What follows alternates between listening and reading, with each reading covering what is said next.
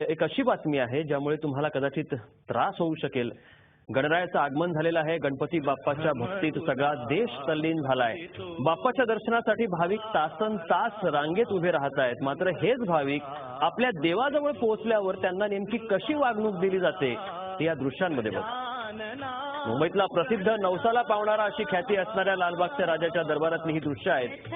मंडळाचे कार्यकर्ते भाविकांसोबत गैरवर्तन करत असल्याचं दिसून आलंय। बघा महिलांसोबत कशा पद्धतीनं मंडळाचा कार्यकर्ता वागतोय। व्यवस्था ठेवताना त्यांना ना वयाचं भान राहिलेलं दिसतंय ना महिलांप्रती कुठली काळजी दिसती। तासनतास भाविक बाप्पाच्या दर्शनाला रांगेत उभे राहतात। मात्र प्रत्यक्षात दर्शनाची वेळ आल्यानंतर त्यांना अशा वागणुकीला सामोरं जावं लागतं। नवसाला पावणारा राजा अशी लालबागच्या राजाची ओळख आहे। या राजाचं दर्शन व्हावं यासाठी तासनतास भाविक रांगेत उभे राहतात।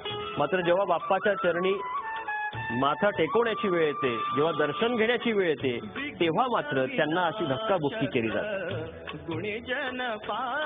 रांगेत उभं असताना ज्या मंडळाच्या कार्यकर्त्यांनी सुरक्षा पुरवायची असते तेच कार्यकर्ते जर महिलांना अशी धक्काबुक्की करत असतील तर आता मंडळ त्याविषयी काय नेमकी कारवाई करणार आहे।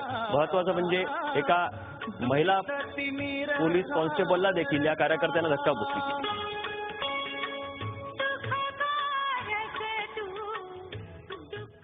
झी 24 तास एक पाऊल पुढे।